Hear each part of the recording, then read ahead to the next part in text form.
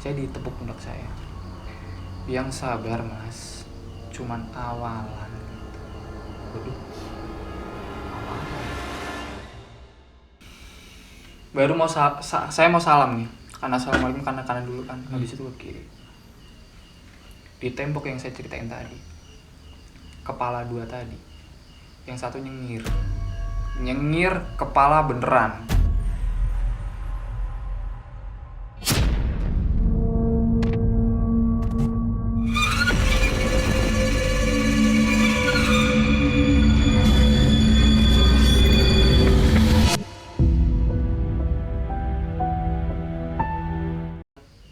Selamat malam dan selamat datang.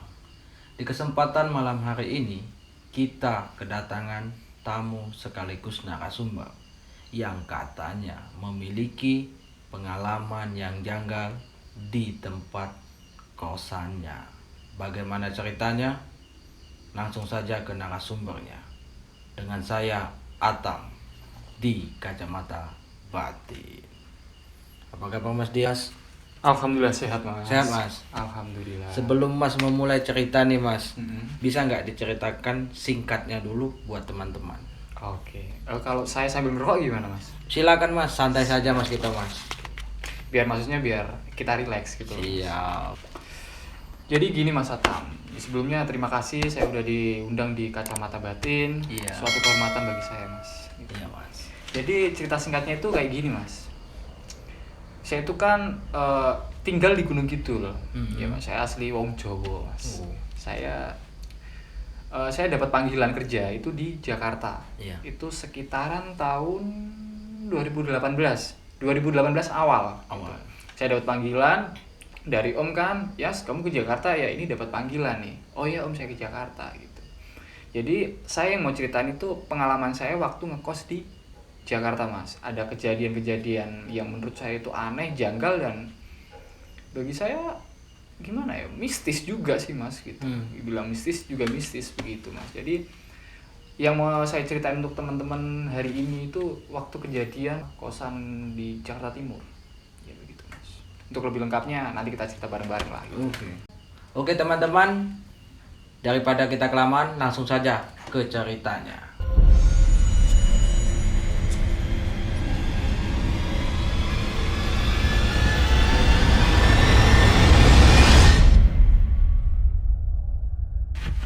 Baiklah Mas Dias, silakan. Oke, jadi ceritanya gini mas, berawal dari saya. Kita ngomongnya dari awal banget ya mas. Iya mas. Dari awal saya ngelamar kerjaan karena mas di salah satu stasiun TV yang ada di Jakarta gitu. Saya nitip lamaran ke om, saya mau ngelamar di sini, besok tolong ya ini gitulah ya. Maksudnya kekuatan orang dalam gitu mas. Oke. Jadi singkat cerita, saya udah dapat panggilan dari Jakarta. Yes, kamu dapat panggilan nih, kamu datang ke Jakarta ya hari besok gitu. Besok om, iya besok gitu. Ya udah saya langsung ke Jakarta. Lebih tepatnya itu di Jakarta Timur mas. Itu di Cibubur. Di Cibubur, tetapi di kerjaan saya yang di stasiun TV itu di Jakarta Selatan, dekat Patung Pancoran itulah. Untuk TV-nya nggak usah disebutin, intinya letaknya di situ. Terus saya hari pertama sampai hari ketiga udah masuk kerja tuh mas, sudah training segala macam, udah saya pulang. Terus om saya nawarin, Yas, kamu mau nggak ngekos gitu? Bukannya saya nggak mau kamu tinggal di sini, enggak, tetapi biar kamu lebih mandiri lagi. Dengan tawaran seperti itu, ya udah saya mau gitu. Ya udah om, gitu, saya mau gitu. Dengan beralasan saya juga pingin mandiri juga, toh saya nggak enak juga kan lama-lama ya, namanya ikut saudara kan gitu, kita makan kita apa kita memang saudara, kita juga nggak enak kan. Ya udah singkat cerita kita cari kos ya. Kamu besok cari kos ya, saya ada temen kantor besok nemenin kamu nyari kos. Sebutlah namanya Pak Ahmad. Saya ditemenin Pak Ahmad nyari kos itu, dapat salah satu kos di sekitaran Pasar Rebo Jakarta Timur. Jadi saya dapat kos, otomatis kan saya survei lokasi dong mas. Survei lokasi tersebut, bagaimana sih kos yang mau saya tinggalin gitu. Oke, satu hari, hari Minggu itu hari libur kerja. Saya cek lokasi di situ. Saya cek lokasi, ya udahlah ini udah bagus bagi saya. udah bagus bagi saya, udah cukup. Toh saya juga tinggal sendiri kan. Di situ udah ada, maksudnya udah ada kasur, ada bantal, udah ada kamar mandi dalam, itu enak di situ. Singkat cerita, hari itu kan saya dapat kos tuh, tetapi untuk saya ninggalin dan saya prepare barang-barang itu kemudian hari, itu nggak langsung hari itu juga enggak. Jadi saya masuk ke kos itu waktu saya pulang dari kantor. Pulang dari kantor itu sekitaran malam lah mas, sekitaran jam 9 malam. 9 malam saya baru closing, saya keluar dari kantor. Keluar dari kantor, saya nggak langsung ke rumah om, tapi kan udah barang-barang kan udah saya packing tuh. Saya tinggal di sebelum saya ke kantor, kan saya titipin barang-barang saya, pakaian saya dan sebagainya itu di kantor tempat om saya. Di kantor tempat om saya nggak jauh dari si kosan saya itu mas. Jadi saya langsung ambil ke kantor itu, saya bawa tuh barang-barang ke kosan. Sekitaran jam 9 malam. Jam 9 malam saya masuk kosan. Itu kan hari pertama mas. Hari pertama saya beres-beres semua dong.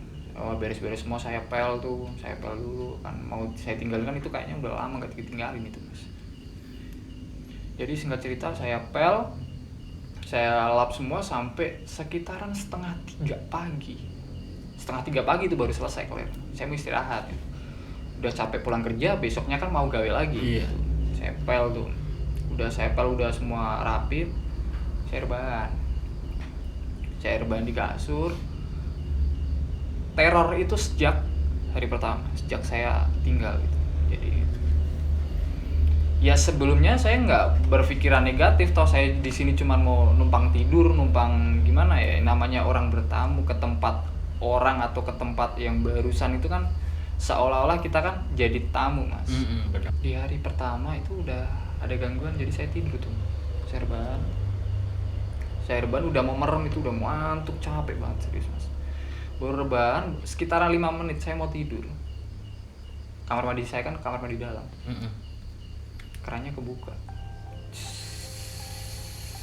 Begitu.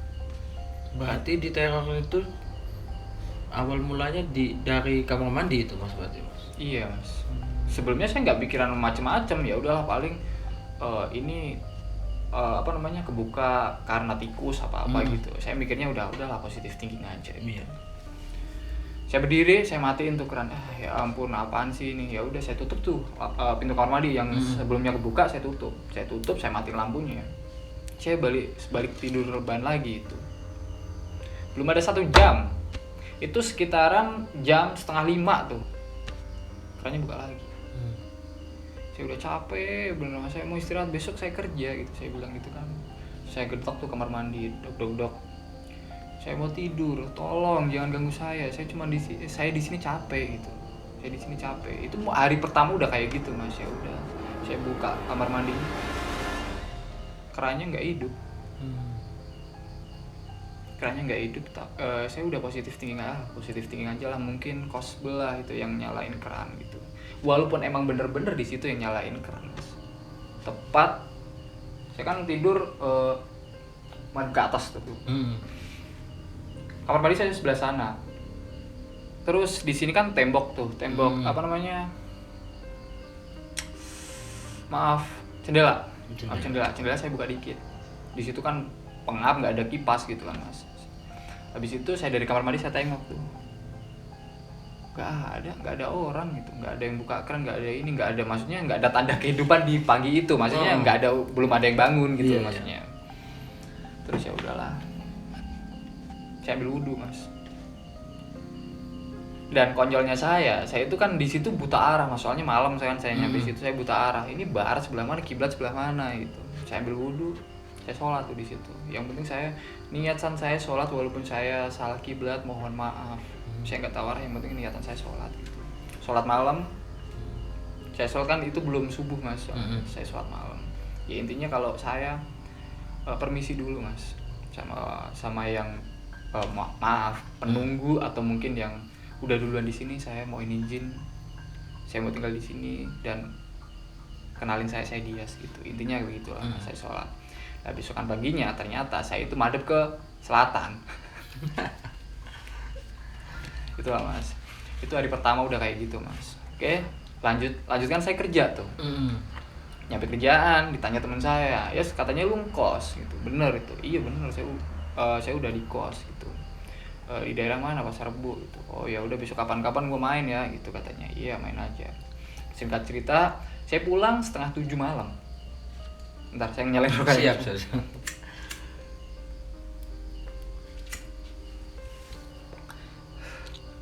Singkat cerita, saya pulang 6:30 malam itu mas. 6:30 malam, nggak ada angkot, nggak ada ini. Oh ya, sebelum ngomongin angkot, saya berangkat, ban saya bocor. Ban saya bocor di tengah jalan tuh. Iya. Ya udah, saya tinggal kan di bengkel. Mas, saya tinggal di bengkel, saya tinggal ya mas. Soalnya saya mau masuk kerja itu. Masuk kerja, saya telepon Pak Ahmad, temennya om saya tadi. Pak Ahmad, motor saya bocor di sini. Ntar tolong ambilin ya. Ntar langsung bawa ke kantor aja gitu. Oh ya udah, nggak masalah, tinggalin. Tetapi ntar kuncinya kamu kasih ke bengkelnya langsung gitu. Ya udah, nanti saya ambil gitu. Ya udah. Singkat cerita, tadi saya pulang kan nggak ada angkot tuh. Ini jujur nih, duit saya tinggal 100.000. Nggak ada angkot. Dari kantor ke kosan itu jauh. Serius mas, dari Jakarta Selatan ke Jakarta Timur, tempat yang saya tinggalin itu jauh mas. Jadi saya, ya udahlah, kita grab car. Soalnya grab apa namanya, motor itu nggak ada yang mau, di cancel semua. Mas jauh mas. Ya udahlah, terpaksa saya grab car habis 85.000 mas, tinggal 15.000. Udah lapar, capek kan. Ya udah, singkat cerita, nyampe tuh ke kosan. Belum ambil motor, belum nyampe ke kosan. Saya udah mau tidur mas, udah capek bener. Itu perjalanan dari sana, dari 6:30 tadi pulang, nyampe kosan itu jam 9. Ya karena macet lah mas, Jakarta. Siapa sih nggak kenal Jakarta? Iya, ibu kota paling macet Jakarta. Kota yang paling macet Jakarta maksudnya. Iya benar. Ibu kota kan cuma satu ya. Kalau belum pindah. Begitu. Jadi singkat cerita, saya rebahan. Mandi dulu, mau makan kan, tinggal duit 15.000, mau dapat apa? Ya udahlah, mending besok aja beli nasi uduk gitu. Ya udah, saya tahan kan lapar. Saya tidur. Ini rokok, ini korek, saya kasih nih deket bantal sini. Kan kasur saya sama jarak si rokok segini nih. Nah segini saya taruh di atas. Biasa saya taruh di atas gitu. Sekitaran udah tidur itu mas, sekitaran 1:30 saya pasti kebangun. Ini bocoran cerita aja, setiap 1:30 pasti kebangun. Entah kenapa pasti kebangun. 1:30 saya kebangun tuh. Lapar, saking laparnya saya bangun ya, nggak ada makanan, nggak ada ini. Udahlah, saya ambil rokok. Saya mau ngerokok, koreknya nggak ada. Saya cari-cari di mana, nggak ada. Oh mungkin nyelip di bawah kasur. Kasur saya angkat, nggak ada. Di atas jendela, di jendela juga nggak ada. Jadi saya udah feeling nih, ini pasti ke kamar mandi. Padahal saya nggak ke kamar mandi, nggak bawa korek. Saya sebelum tidur saya kasih ke deket kepala. Bener. Merinding saya mas. Korek. Ini kan tempat sabun nih mas. Di sini. Serius sumpah, di situ saya nggak bawa korek. Nggak ke kamar mandi, nggak pernah ngerokok. Soalnya kan ruangannya sempit itu mas. Kalau biasanya kan kalau saya buang air besar kan suka ngerokok. Di situ saya nggak ngerokok mas malam itu. Di atas itu. Ya udahlah, saya ambil koreknya. Saya ngerokok di situ. Saya diem aja mas. Saya ngadep ke selatan, sekarang udah tahu tuh. Oh itu selatan, itu barat, itu timur, itu utara, saya udah tahu. Jadi saya ngerokok saya duduk di kasur kaki gini. Saya ngerokok tuh. Saya cuma bayangin, gue tinggal di sini. Niatnya mau istirahat gitu, nggak mau cari gara-gara. Kalau ada yang salah dari saya, tolong maafin saya gitu. Ya entah itu untuk siapa, maksudnya pendahulu yang ada di sini, maksudnya yang gitu. Saya mau izin gitu. Udah, saya selesai ngerokok, saya matiin. Saya ambil aqua, saya minum, habis itu saya rebahan lagi. rebahan lagi, saya belum bisa tidur tuh mas, itu sekitaran jam 2 ya, jam 2 belum bisa tidur, saya rebahan aja, nggak ada kipas, panas juga, mau buka jendela takutnya masuk angin gitu. Saya tidur, saya cuman bayangin aja besok gua kerja pakai apa ya, itu motor kan masih ada di tempat kantor om gitu. Kantor om walaupun deket paling jalan ya sekitar 15 menit gitu. Saya baru gitu keran buka lagi, saya di situ udah mulai emosi mas, jujur saya udah emosi, saya capek, saya mau istirahat maksud saya, dan besok saya juga nggak tahu besok berangkatnya telat atau nggak ke kantor. Keran bunyi lagi, tadinya kan pintu saya tutup lagi tuh, habis ambil korek saya dobrak mas. Saya marah di situ, marah saya tuh, maaf kalau berani lu hadapin gua gitu, kita tantang-tantangan, gua orang Jawa, gua bilang gitu, aku wong Jawa aja dinenek. Saya bilang gitu, maaf saya di situ saya sesumbar karena saya merasa kayak terancam gitu loh mas, lu gangguin gua gitu.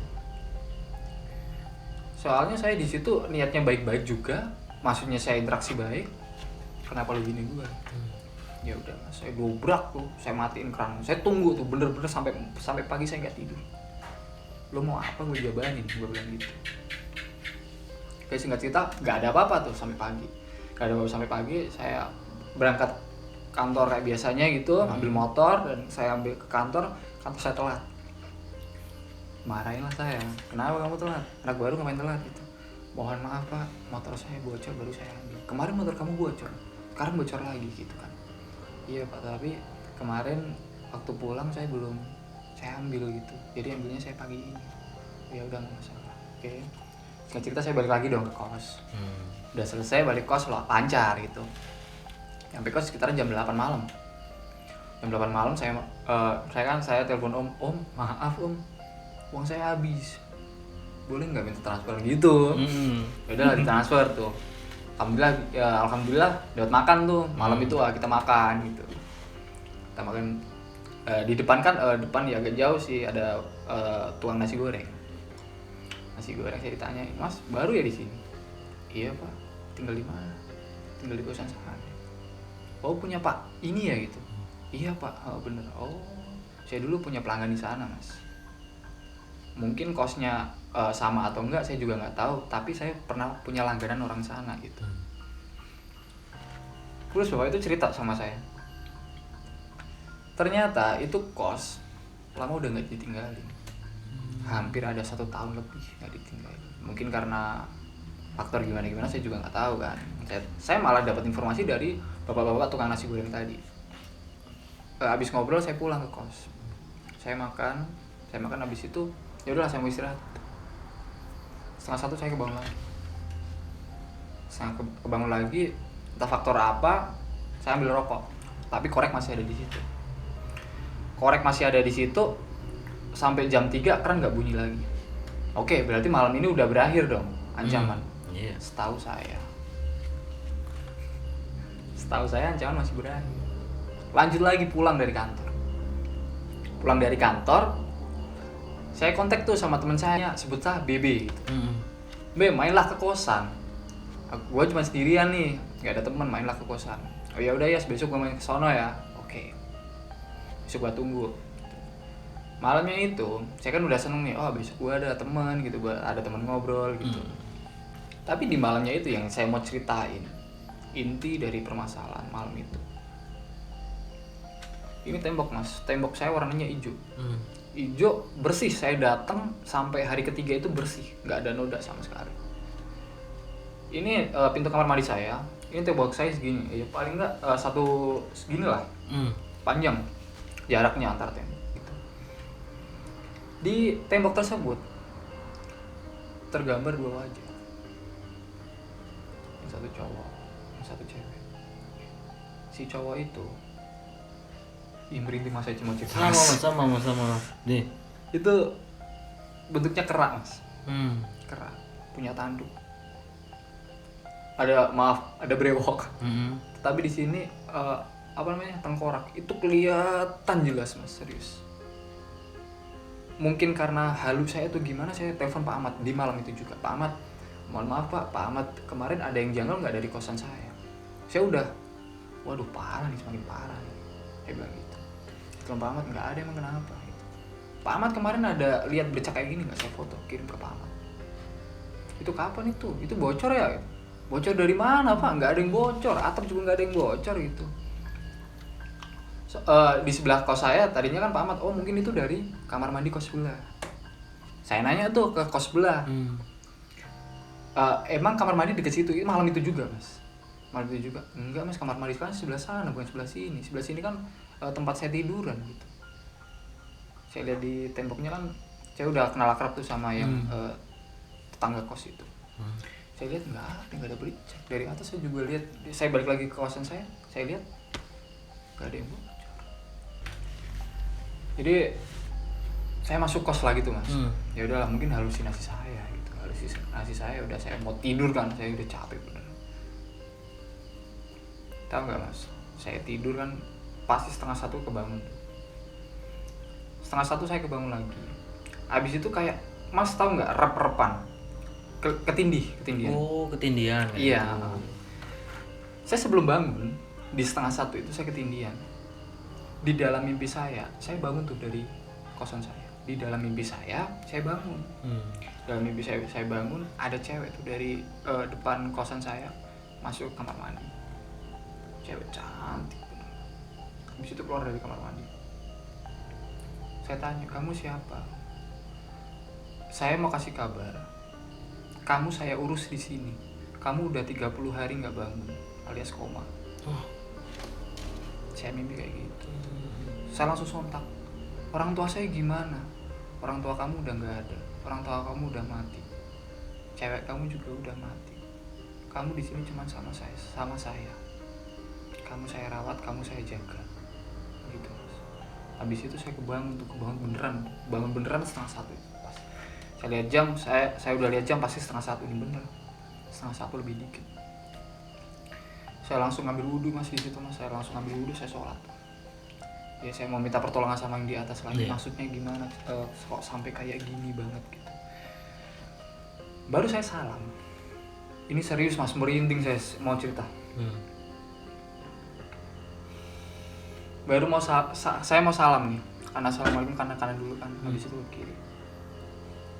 Di tembok yang saya ceritain tadi, kepala 2 tadi, yang satu nyengir kepala beneran, itu nyengir ke saya, maaf, kepala kera tadi nyengir kepala beneran.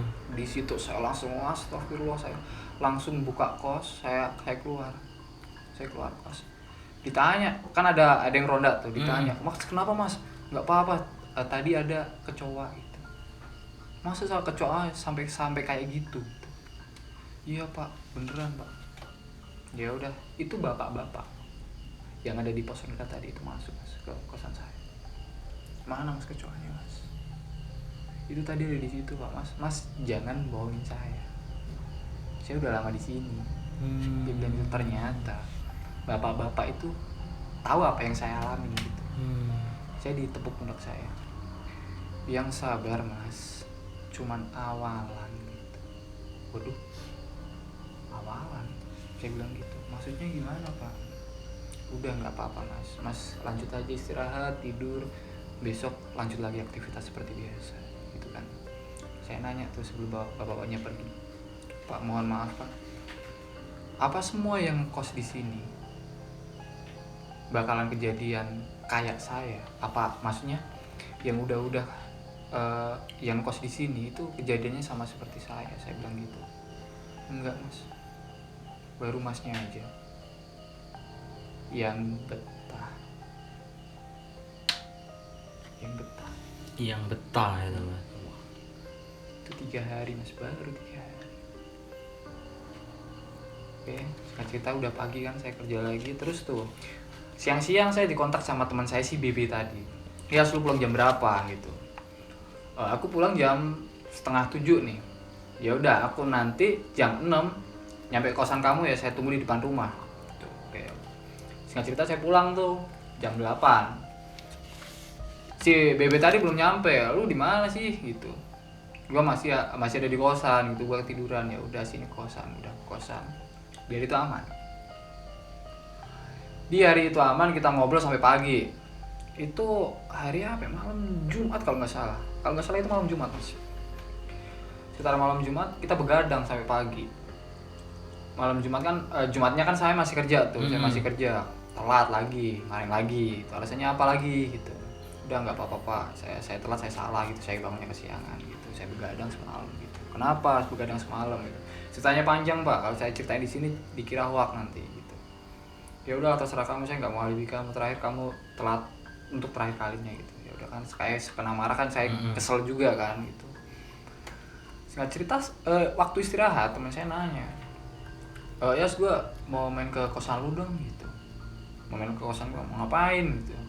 Kan kosan lu juga ada di kesini, nggak apa-apa, cuma main doang. Ya udah besok kalau hari Sabtu ya, Sabtu Minggu lu nginep ke kosan gue biar rame kita gitu. Ya udah gitu. Si teman saya, sebut saya namanya si R lah.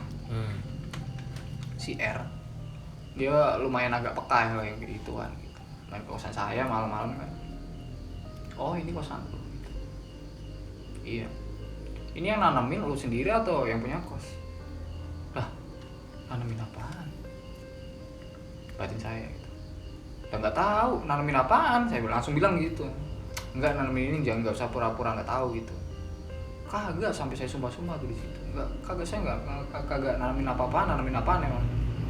Oh ya udah lu bye-bye aja lah di kos. Gua nggak jadi di sini, gua pulang. Teman saya tadi pulang. Entah kenapa dia langsung ngomong kayak gitu, terus ya setelah setengah jam lah kita ngobrol-ngobrol di depan, dia pulang, nggak sempat masuk kos. Di situ cuma tinggal saya sama si Bebe tadi. Bebe masih nginep di situ. Saya minta tolong lah, temenin gue daripada lu di kos sendiri juga kan. Lu temenin gue di kos ini. Soalnya dia ada libur kerja kan, libur kerja panjang dia. Habis kuliah kan dia masuk ke suatu perusahaan, habis itu kan dia libur panjang. Iya. Ngeri juga sih Mas. Selama cerita merinding terus saya Mas. Itu sebenarnya Mas banyak sih Mas, cuman saya ambil pokok intinya aja. Yang tetapi untuk malam terakhir saya di kosan, ya mohon maaf, kita komunikasi itu Mas, antar batin mungkin. Antar batin kita komunikasi, intinya gini, kamu gangguin saya nggak masalah, bagi saya adalah hiburan saya sendiri. Tetapi tolonglah, mohon maaf, besok kalau ada yang nempatin di sini, jangan kamu samain sama saya. Mungkin saya seneng ada temen, tetapi besok bakal nggak kerasa di sini. Kamu mungkin ditugasin di sini untuk jaga di sini, oke, saya mengerti. Tapi yang lain kan keganggu gitu. Kalau saya oke lah, saya maafin gitu. Ini maaf, kita ngomongan gimana ya Mas, saya ngomongnya, kita mohon batin lah. Iya. Mohon batin terus sih. Itu beneran ada, emang di situ ada cewek tadi, yang cewek cantik tadi ada, yang sama si kera bertanduk tadi emang ada di situ. Tapi kalau kera bertanduk kan emang di situ mungkin ya, ini mungkin tanamannya di situ lah, ditanam dalam artian buat penjaga gitu. Si kera tadi buat penjaga, ditanam di situ. Tapi yang saya untuk komunikasi sama si mbak-mbak, soalnya yang si kera tadi kalau orangnya itu introvert Mas. Jadi kita ngajain ngomong, dia nggak bisa, nggak seolah-olah nggak mau siapa lu gitu. Kalau orangnya kayak gitu. Jadi saya ngobrol sama mbak itu, gimana ya, dia ngomongin menghayal, monggo lah silakan dia ngomongin menghayal. Tapi emang itu kejadian nyata saya begitu. Saya ngobrol kayak gitu. Mungkin kalau di sini itu sekitaran 1 malam ya. Bukan 1 malam sih. Jadi dari 12:30 yang saya pasti kebangun tadi sampai subuh. Itu di situ, tapi saya ngobrolnya itu cuma berapa ya? Nggak ada 3 menit lebih Mas. Saya ngobrol kayak gitu. Saya sadar udah azan subuh. Akhirnya dia titip pesan gini. Kamu orang baik. Oke, intinya kita temenan. Gitu. Kalau kamu datang lagi, jangan lupa mampir ke sini. Pasti saya tunggu. Itu sumpah Mas, serius Mas. Dia ngomong kayak gitu, saya sampai merinding Mas. Sama aja Mas nih Mas. Dia ngomong beneran kayak gitu. Mungkin kalau dibilang teman-teman mau ngomong, lu cuman hoak, lu cuman bohong, monggo silakan, soalnya itu kan pengalaman pribadi Iya. juga, Mas.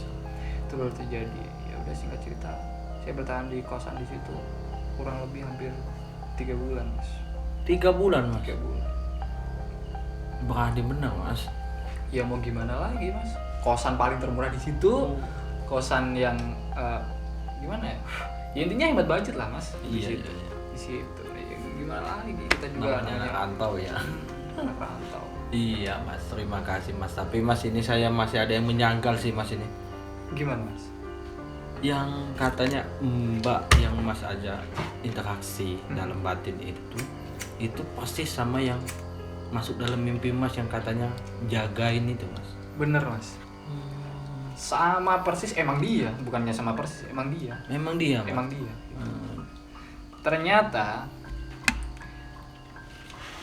kalau ngetrennya gini, kamu saya jaga ya di sini gitu, tapi jadi ke bawah gitu loh, Mas. Terus saya kemarin kan saya ngomong, ya udah kamu ikut aja pulang gitu, nggak mau, saya mau tinggal di sini. Kalau kamu main ke sini lagi, kalau sempet gitu loh, Mas. Gitu, Mas. Kalau saya jadi mas mungkin saya nggak bakalan tahan 3 bulan sih mas. 1 malam aja langsung ngacir saya mas, mungkin mas. Ya kalau ada tempat lain yang lebih enak, lebih murah, pasti saya udah pindah juga, Mas. Iya, Itu kan faktor gimana ya, budget lah. Iya benar sih, namanya anak rantau. Makanya itu, Mas. Oke teman-teman, itulah kisah atau pengalaman dari Mas Dias yang sangat bikin kita merinding. Mungkin buat Mas Dias, terima kasih banyak Mas Dias telah membagi Sama-sama, Mas. pengalaman atau kisah-kisahnya kepada Sama-sama. teman-teman Kacamata Batin. Saya Atam, sampai jumpa di cerita selanjutnya.